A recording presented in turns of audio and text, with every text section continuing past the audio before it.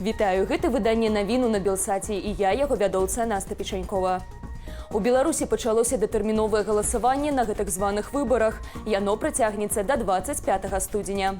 Выбарчыя ўчасткі будуць працаваць з 12 гадзіны да 19, як паведамляе Цэнтр выбаркам без парапынкаў. У камісіі паспяшылі нагадаць, што здымаць фота і відэа запоўненага бюлетэня забаронена, маўляў, з прычыны таямніцы галасавання. За парушэнне правіла беларусам пагражаюць штрафам 15 базавых велічыняў. Сёлета аддаць голас можна за аднаго з 5 кандыдатаў. Гэта Олег Гайдукевіч, Александр Хіжняк, Сергей Сыранку, Ганна Канапацкая і уласна Лукашенко. Датэрміновае галасаванне ў Беларусі адзін з інструментаў фальсіфікацыі выбараў. Гэтак у папярэднюю выбарчую кампанію паводле ЦВК прагаласавалі амаль 42% беларусаў.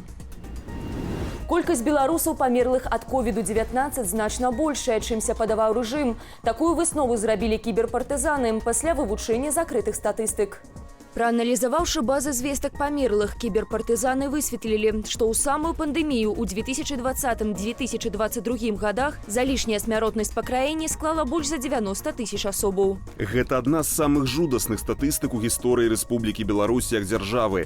90 тысяч смерцяў – усё гэта вынік баязлівасці Лукашэнкі, які дзеля сваёй уяўнай папулярнасці адмаўляў праблему эпідэміі, пакуль увесь свет змагаўся з ковідам. Але гэта таксама віна ўсіх тых работнікаў дзяржаўных ведамстваў, якія патураюць капрызам тырана і спрабуюць стварыць ілюзію стабільнасці ў краіне пры моцным гаспадарніку. Каронавірус як афіцыйная прычына смерці пазначаная амаль у 23 тысячах выпадкаў. Мінздароўя ж называла лічбу утрая меншую. Ведомства сцвярджала, што за перыяд сакавік 2020 ліпень 2022 ад COVID-19 памерлі крыху больш за 7 тысяч беларусаў. Далей статыстыку ўвогуле прыхавалі.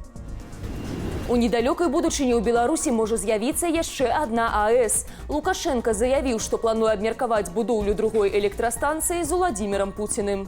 Гаворка пра другую АЭС зайшла падчас наведвання дыктатарам мінскага аўтамабільнага заводу. Ідэю пабудаваць электрастанцыю Лукашенко агучваў і раней. На мінулым тыдні падчас наведвання менскага тэхнапарку дыктатар заявіў, што ўсё больш упэўніваецца ў гэтай неабходнасці. А ў жніўні 2023 адзначаў, што АЭС можа паўстаць на ўсходзе Беларусі. У той жа час дзейная электрастанцыя прастойвае з 4 снежня. Паводле Мінэнерга там праводзіцца планавы рамонт першага энергаблоку і тэхнічныя працы на другім. Пры гэтым выданне «Зеркала» са спасылкаю на свае крыніцы паведамляла, што прычынай адлучэння другога блоку АЭС сталася парушэнне яго герметычнасці.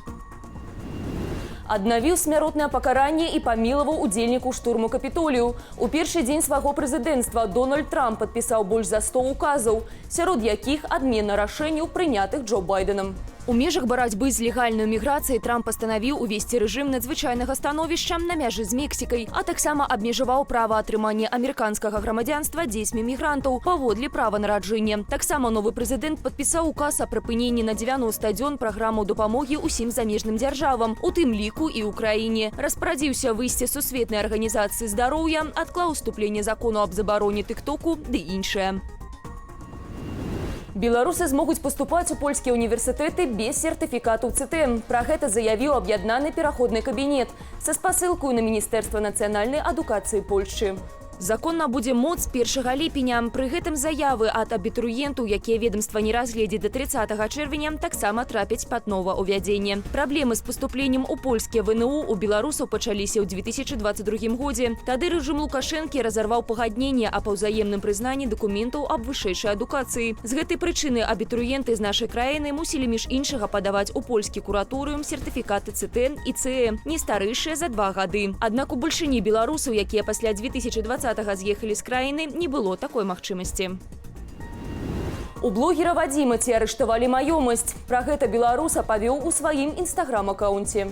Не ведаю нават за што. Да санкцыяў не заклікаў, а павёў толькі ўсю жэсць, што адбывалася са мной. Я бачу, нашыя ўлады не любяць праўды. Вырашылі арыштаваць маю маёмасць. Паходу, я станаўлюся бамжом. Вадзім Ермашук больш вядомы пад псеўданімам Вадзімаці, былы палітычны вязень. У 2021 мужчыну прыгаварылі да 3 гадоў калоніі па абвінавачванні ў абразе Лукашэнкі і глумленні з дзяржаўных сімвалаў. Гарадзенскі блогер вызваліўся летась у чэрвені. Тады ж у Ермашука выявілі анкалагічную хваробу. Праз ціск з боку рэжыму мужчына быў вымушаны з'ехаць з Беларусі. Беларусы сабралі амаль 3 мільёны долараў на лячэнне хлопчыка з Магілёва. Як піша выданне онлайнер, гэта найвялікшы збор у гісторыі краіны.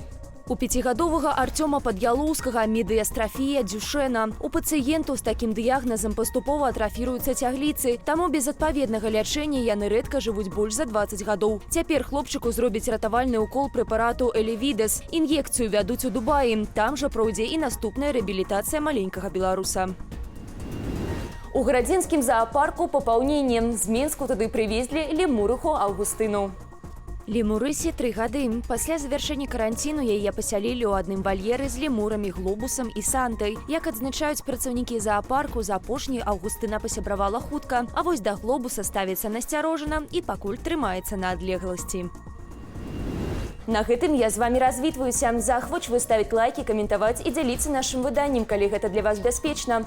А таксама чытаць Белсат у Тэлеграм. QR-код на вашых экранах. Усяго вам добрага і да сустрэчы.